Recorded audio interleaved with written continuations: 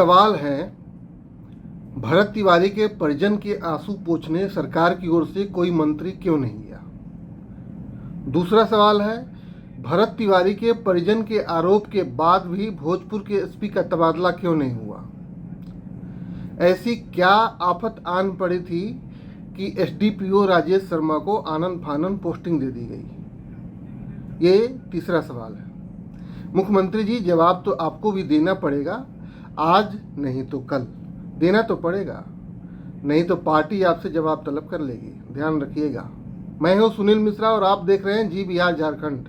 सम्राट चौधरी जी, ऐसा नहीं है कि न्यायिक आयोग का गठन करके आपने अपने कर्तव्यों की इतिश्री कर ली। आपके मंत्री मदन सहनी के विभाग में एसडीपीओ राजेश शर्मा की तैनाती हुई।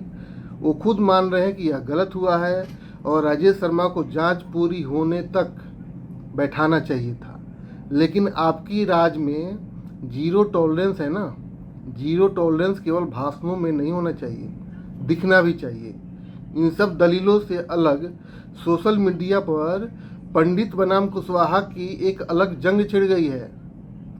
कुशवाहा समाज के कुछ लोग जहां भरत तिवारी को कुख्यात अपराधी साबित करने में लगे हुए हैं, तो वहीं ब्राह्मण समाज इसे सम्राट सरकार की पंडित विरोधी नीति मान रहा है।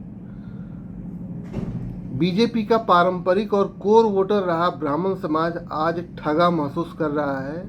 उसे लग रहा है कि सरकार जानबूझकर पंडितों को उनकी औकात दिखा रही है। सरकार और पार्टी के प्रवक्ता कैमरे पर आकर कह रहे हैं कि यह एक रूटीन प्रक्रिया है और हाई कोर्ट के रिटायर्ड जज की निगरानी में न्यायिक जांच आयोग शुरू हो चुकी है।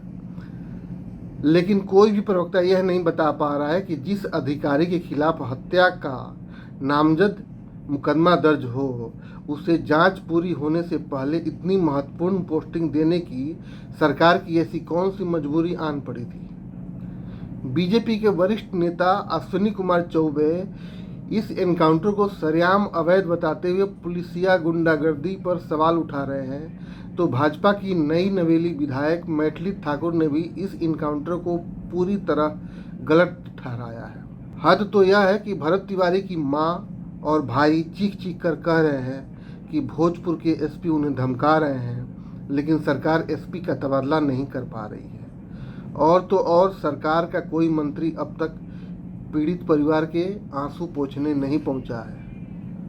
लाख लोग पहुंच गए, लेकिन सरकार की ओर से अब तक कोई प्रतिनिधि नहीं पहुंचा है। अब इस पूरे मामले ने बिहार की राजनीति में एक खतरनाक जातीय मोड़ ले लिया है। इस पूरी घटना पर आपकी क्या राय है, कमेंट में जरूर बताएं। देखते रहें जी बिहार झारखंड। धन्यवाद।